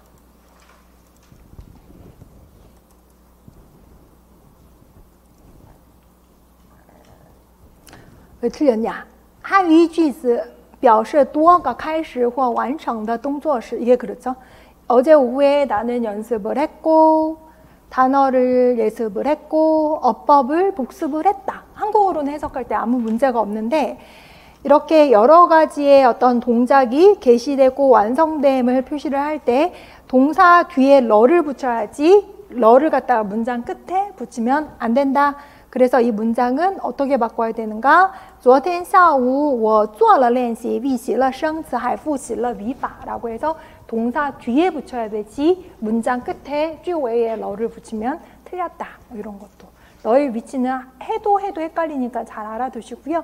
그 다음에 4번이 문장이었고 3번 문장 같은 경우에는 他们坐了飞机去上海라고 했는데 이 문장은 왜 틀렸는가? 답에 나와 있는 것처럼 연동문이죠. 연동문일 때 첫 번째 동사 뒤에 러를 붙일 수 없고 이거를 두 번째 동사 뒤에 붙이거나 문장 끝에 붙여야 되기 때문에 他们坐飞机去上海了라고 붙여야 되지 첫 번째 동사 뒤에다가 러를 붙이면 연동문에서는 틀렸다라는 거죠. 정리를 해두시고 그 다음에 전공 B로 오셔서 6번부터 보도록 하겠습니다. 6, 7, 8번이 독해 파트 문제예요.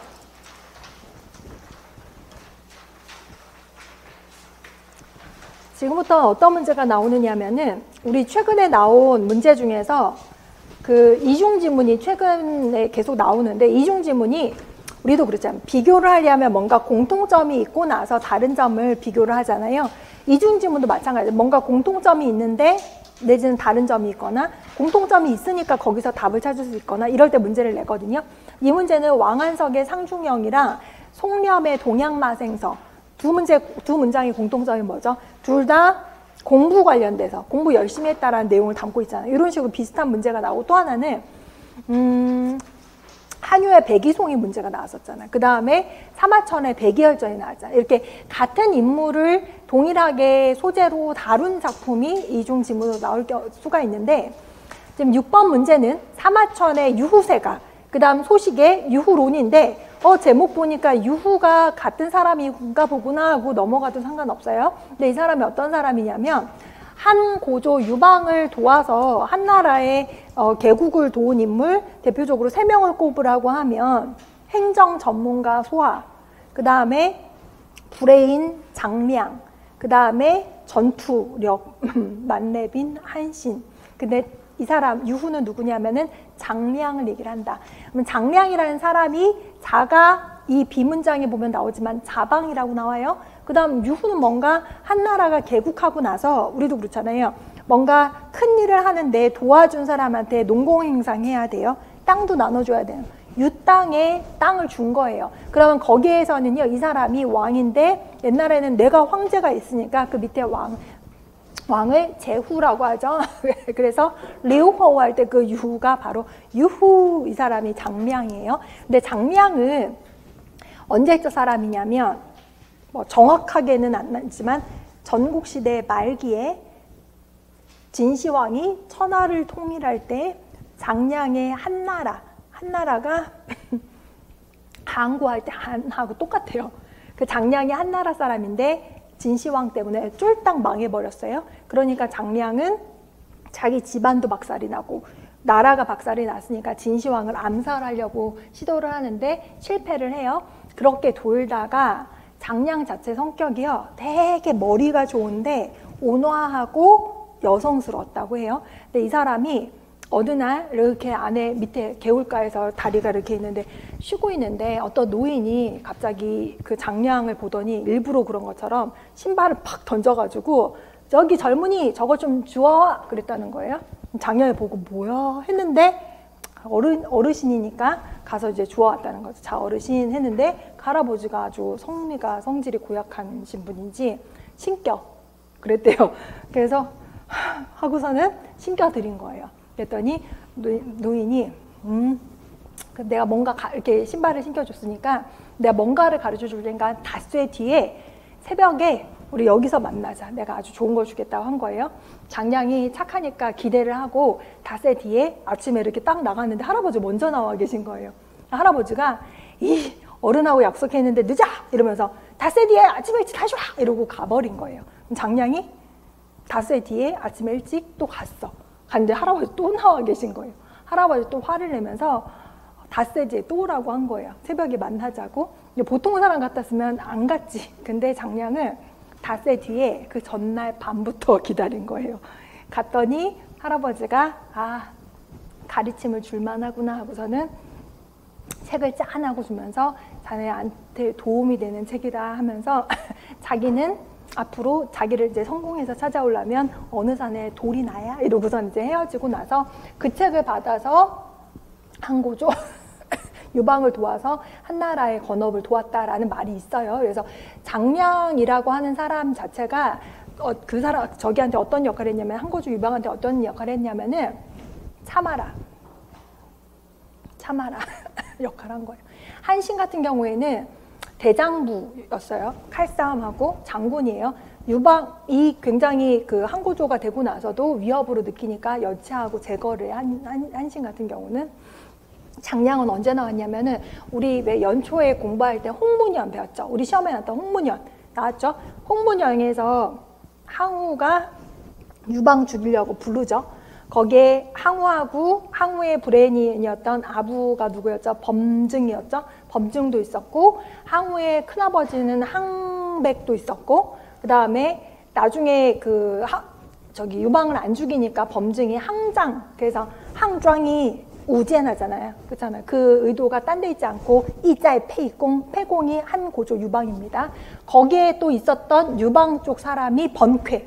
그래서 유방과 번쾌는 둘 사이가 원래 형님 동서지간이에요. 여치하고 여치 여동생이 번쾌 와이프예요. 둘이 형님 동서지간이고 거기에 있었던 사람이 장량.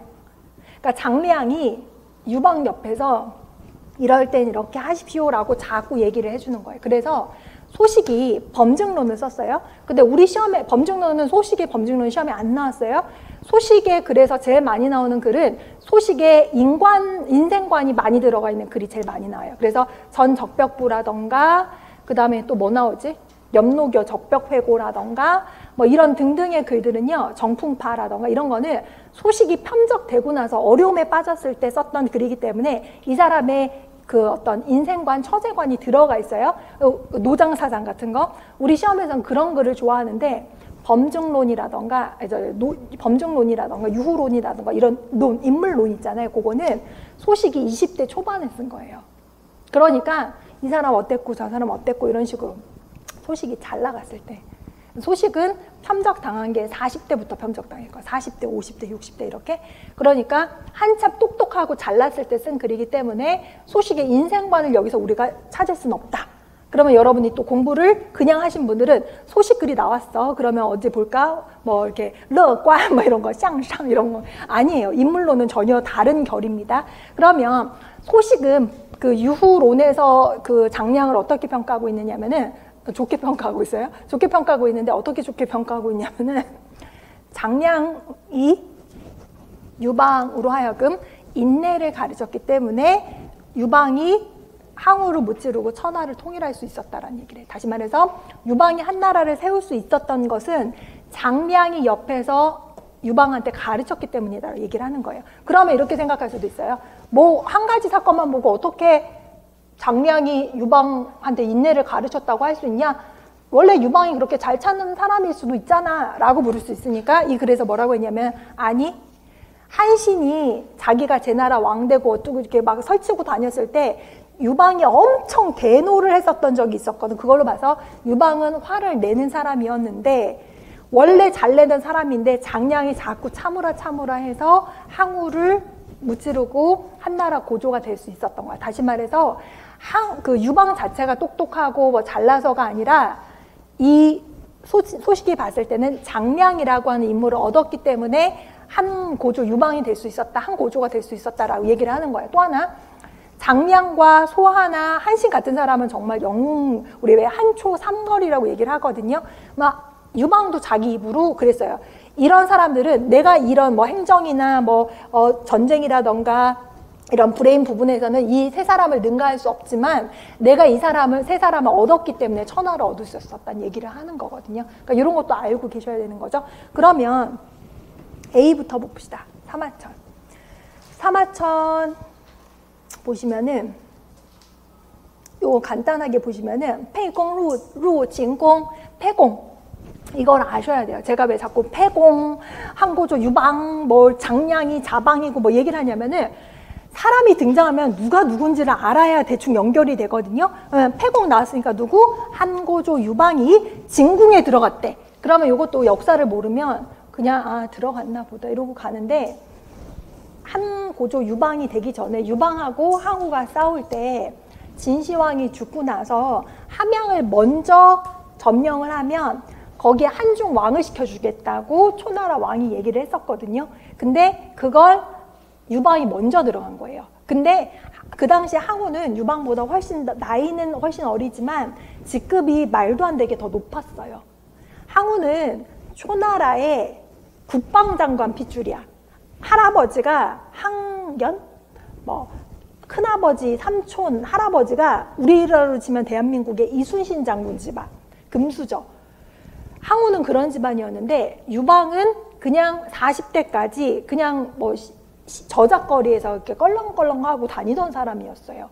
둘의 신분차는 흑수저와 금수저 차이였거든요.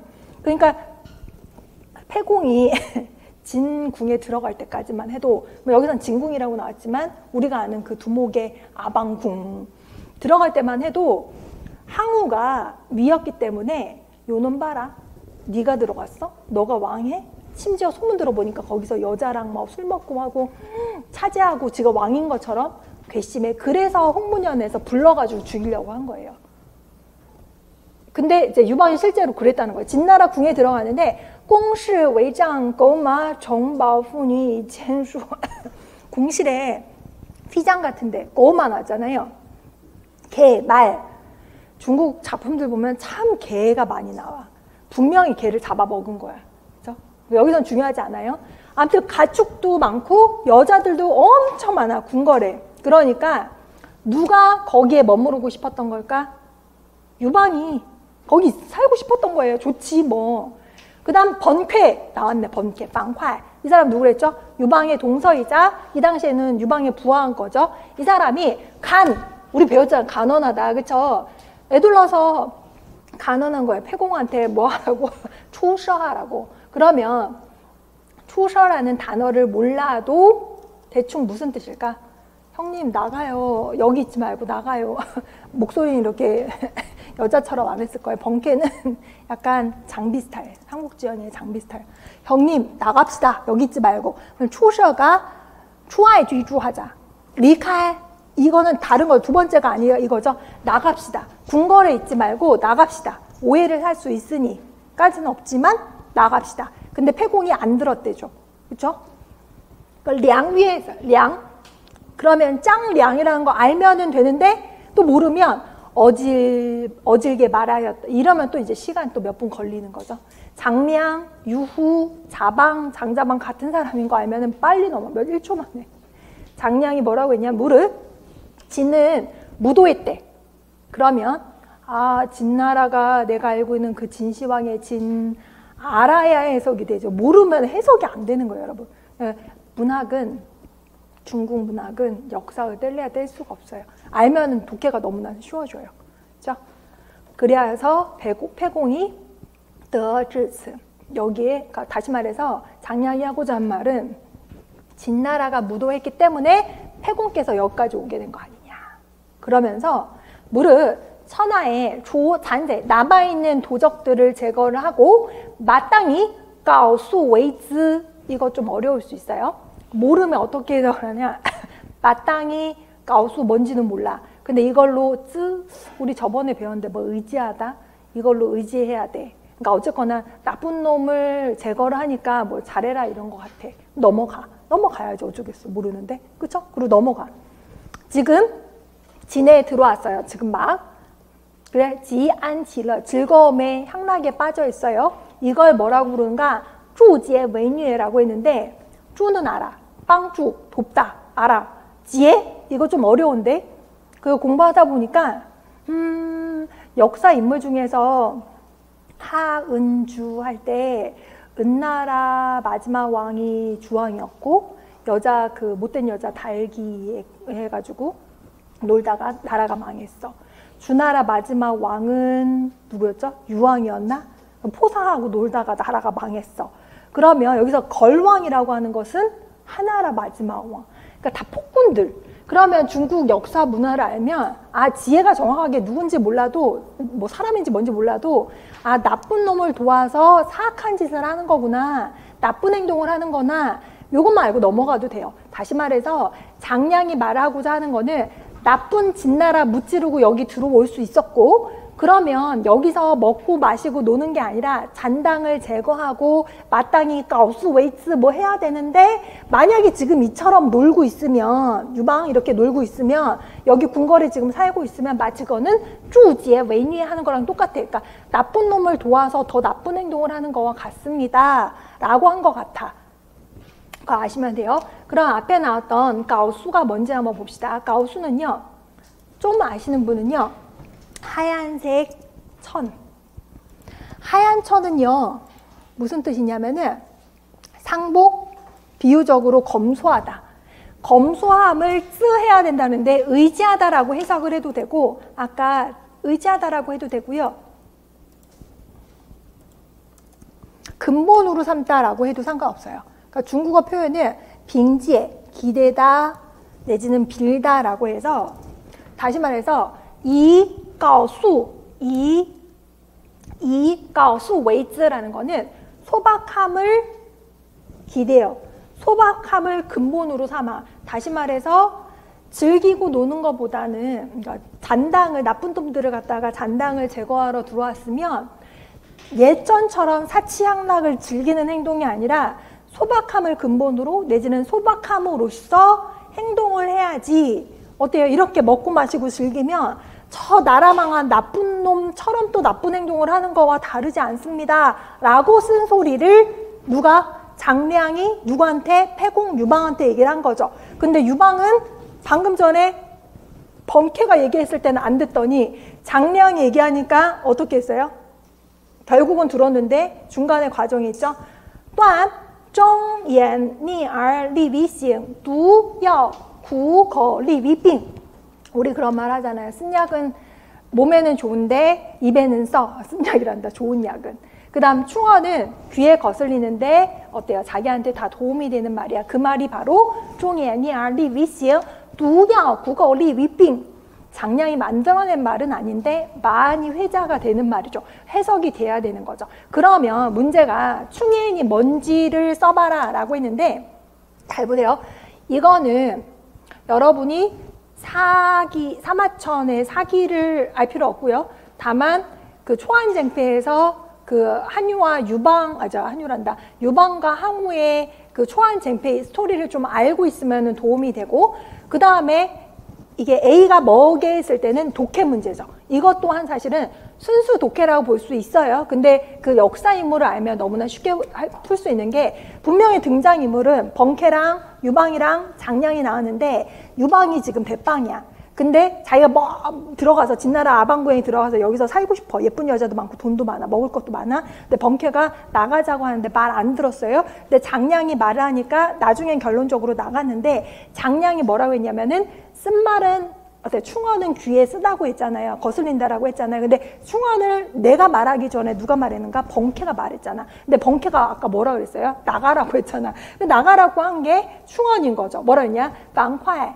见沛公出社 써도 되고, 구체 내용을 쓰라고 했으니까 이제 간도 써도 돼요. 간만 써도 되고, 벙케까지 쓰면 더 명확해지고, 그냥 추셔해라 그러면은 조금 부족하죠. 충언 자체가 누구한테 추셔하라고 한 거냐, 누가 누구한테 추셔하라고 한 거냐는가, 防快见沛公 추셔 써주면 좋겠고, 그 다음 계속해서 보시면 愿沛公 听防快言 이렇게 나왔잖아. 폐공께서는 벙케 말을 듣기를 원합니다. 이거 누가 원하는 거죠? 장량이. 폐공이 이내 돌아가서 군을 돌려서 빠샹이라는 건 지명이에요. 지금 섬사성 장안 쪽에 있는 곳인데 그냥 그쪽으로 돌아갔다고 하더라. 끝이에요. 그걸로. 그 다음에 소식의 유후론을 보도록 하겠습니다. 봐요. 고조가 所以之所以胜 어떻게 해석하면 될까요? 뭐뭐한 까닭 원인, 뭐뭐한 이유, 그죠? 승리할 수 있었던 원인, 그리고 비교했을 때 항적이 누구냐면 항우죠. 이것도 아시면 좋죠. 항적이 누구야? 이러지 말고, 항우가 패배한 이유, 까닭은 在而已 어디에 있을 뿐이다. 之间而已라고 했잖아요. 참을 수 있음과 참을 수 없음 사이에 있을 뿐이다라는 건 쉽게 말하면 인내심의 차이였다.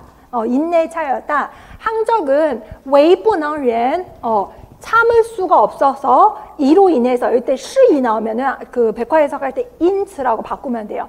원래 시이는 원래 이 시하고 똑같아요. 도치가 된 거예요. 그러니까 이것 때문에, 그러니까 그래서죠. 인츠 백전백승하여서 칭용지팡이라고 해서 사사로 내지는 쉽게 그 예봉, 우리 칼날을 사용했다. 그러니까 너무 쉽게 전투력을 보여준 거죠.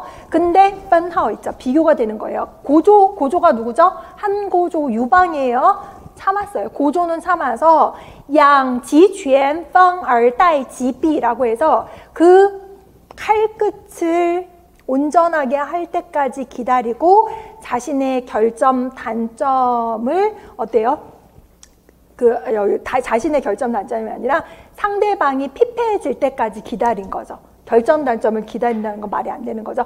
상대방이 비비할 때까지 기다리고, 이는 자방이 그에게 가르쳐 준 거.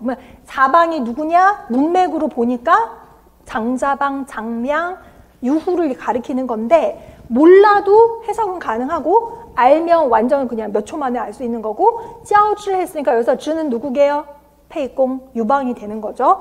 땅 화인 포지얼 위즈왕이라고 했는데, 화인을 몰라도 상관없어요. 근데 회음이 죄를 깨고 스스로 왕이 되고자 했는데, 만약에 여러분이 배경지식을 알려면 회음문은 한신, 제 땅을 깨고 자기 스스로가 이 땅의 왕이다라고 했을 때, 고조가 누군가 폐공, 유방이죠. 파누 했어요. 화를 했어요. 그러면서 시위즈서라고 해요. 말의 그 얼굴빛에, 말빛에 환한 티를 다 냈다. 이걸로 봐서 由此观之, 지금도 많이 써요. 이걸로 봤을 때 从此可以看出来. 有刚强不仁之计라고 해서 있었다. 여전히 뭐가? 고조에게는 강건하고 강하고 참지 못하는 그런 성질이 있었는데, 非子王及谁全知라고 해서 페이는 아니단데 여기서는 반어로 쓰인 거죠. 자방이 유방으로 하여금 완전하게 자방이 아니면 누가 그에게 온전하게 해줄 수 있단 말인가 라는 거는, 장자방, 장량 아니면 누가 유방의 인내심을 기르게 할 수가 있었단 말인가 라는 거예요. 태사공은 이라는 거는 의심하다 해도 되죠. 의심하다라고 해도 되고 추측하다, 궁금하다. 자방이 이웨이 괴우지웨이라고 해서 네 글자를 모른다고 해도 뭐 위대하다도 들어가고 괴는 되게 큰 건데 키가 컸대요. 而其状貌乃如妇人女子라고 해서 모습이 여성스럽다. 아까 얘기했었죠. 그 다음 不称其日气라고 해서 그 사람의 그 절개, 기계, 성질하고 별로 안 어울렸대. 얼굴이 하얗고 키는 큰데 여자 같았는데 이 사람 머리가 되게 좋고 굉장히 차분하고 이런 사람이에요. 우후 안타깝다. 死其所以为子房鱼라고 해서 이는 장자방이 어떻게 해석할까? 장자방이 장량이 된 까닭이다. 이 말은 무슨 말일까요? 맨 끝에 이 한 문장의 의미.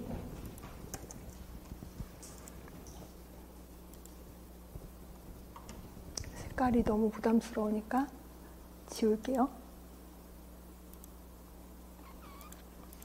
司马迁本来猜想张良的形象一定是魁梧其伟的. 이거 되게 크다. 사마천을 생각했을 때 장량은 되게 기골이 장대한 스타일. 谁料到他的长相竟然像妇人女子. 모습도 기골이 장대한데 얼굴은 여자 같은데 与他的日气和度量不相称이라고 해서 그 사람의 외모하고 이 사람의 기질이나 성격하고 별로 안 어울리는 사람인 거죠. 아, 外柔内刚 이래서 우리 보통 외유내강형의 인물인데 这就是张良之所以成为张良吧. 아까 맨 마지막이 직역을 하면 되게 어려운 게 그것이 장량이 된 까닭이다. 이게 뭔 말이야? 이게 장량이 된 까닭. 이 말이 뭐냐? 장량 자체를 되게 높게 평가를 한 거예요. 근데 장량 자체가 만약에 겉으로도 막 이렇게 여자 같은데 속으로 여자 같고 뭘 참아 그래요 하고 싶은 대로 이랬으면은 오늘날에 한 고조 유방이 없었을 텐데 얼굴은 되게 뭐 하얗고 여자처럼 생겼는데 하지 마세요. 참으세요. 나가십시오. 이렇게 바른 말을 하니까 그게 이제 장량, 자방, 장자방이 장자방인 이유다라는 거죠. 극찬인 거예요. 예화이쯤에는 그 말 밖의 뜻, 그 말 있는 그대로 해석하는 거 말고의 함의를 얘기를 하는 거죠. 正因为张良有能人之大度，所以尽管他状貌如妇人， 여기서 타는 장량이 아무리 여자같이 생겼다 하더라도 却能成就大业 대업을 이룰 수 있었던 거고 远比外表魁梧的人其为万倍라고 해서 겉으로 기골이 장대한 사람보다 오히려 안이 외유내강한 사람이 훨씬 더 낫다라는 걸 강조를 하는 거죠. 그래서 여러분이 이 지문이 정확하게 시험에 나올지 안 나올지는 몰라요. 근데 소식의 유후론 하면은 전체 글 중에서 1분대 절선대 부분인데 다른 글이 나와도 소식의 장량의 유후 장자방에 대한 태도는 높이 평가. 한고조 유방이 될 수 있었던 거, 한나라 대업을 완성할 수 있는 건 장자방 장량이라는 사람이 한고조 유방에게 인내심을 가르쳐 줬기 때문이다 라고 이해를 하시면 되는 겁니다. 그러면 문제를 보시면은 그 사람의 날카로운 칼끝을 까우주가 양했다라고 했으니까 여기서 비가 가리키는 거는 앞에 주어로 까우주가 나왔잖아요. 그 다음에 그 사람의 삐를 기다렸다라고 했으니까 삐는 나쁜 건데 기다리는데 나의 나쁜 점을 기다린다면 말이 안 되잖아요. 그러니까 상대방인데 여기서 나온 상대방은 장량이 아니라 항적인데 본문에서 찾아쓰라고 했기 때문에 항우라고 쓰면 틀린다 이거지.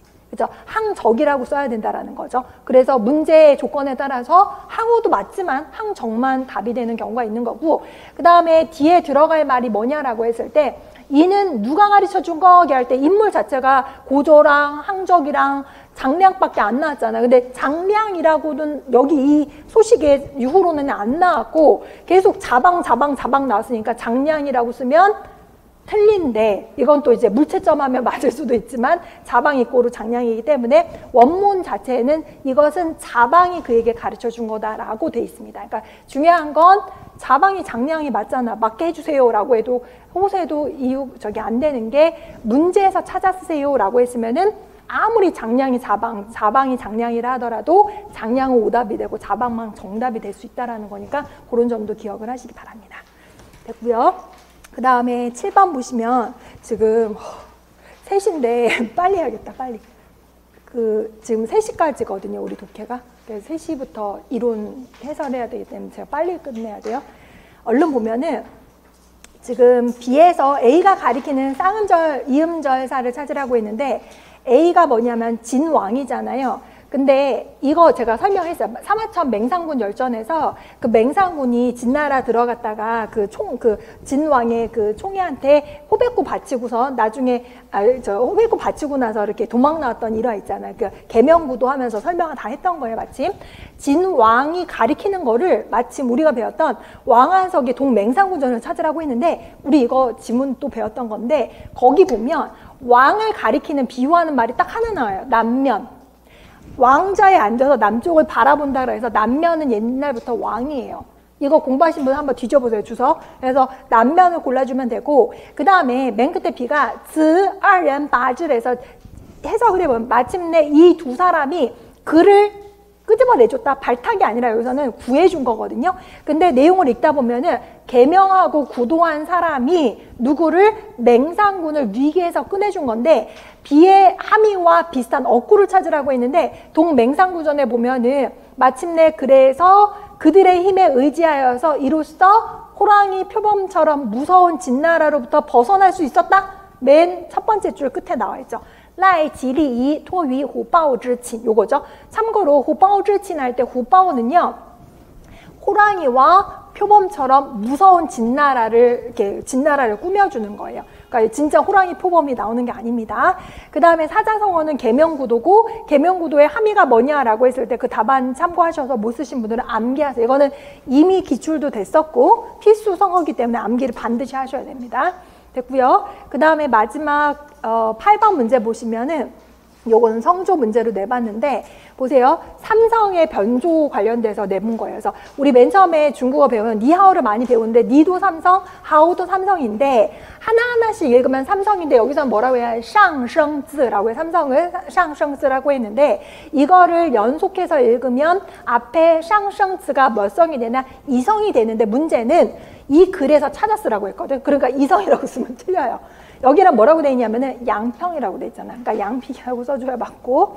그 다음에 1번의 예를 보면 打扰好久辅导赶紧尽管古老了解理想 하면 다 양평으로 읽어야 되는 게 맞죠. 그 다음에 2번의 예문을 보면 我想可我你有什么事할 때你有很感兴趣할 때 有我呢할 때有我 그죠? 이런 애들도 앞에 애들이 다请注意上述例句中带点的字一般来说位置在前的那个上升字也应读如뭐죠?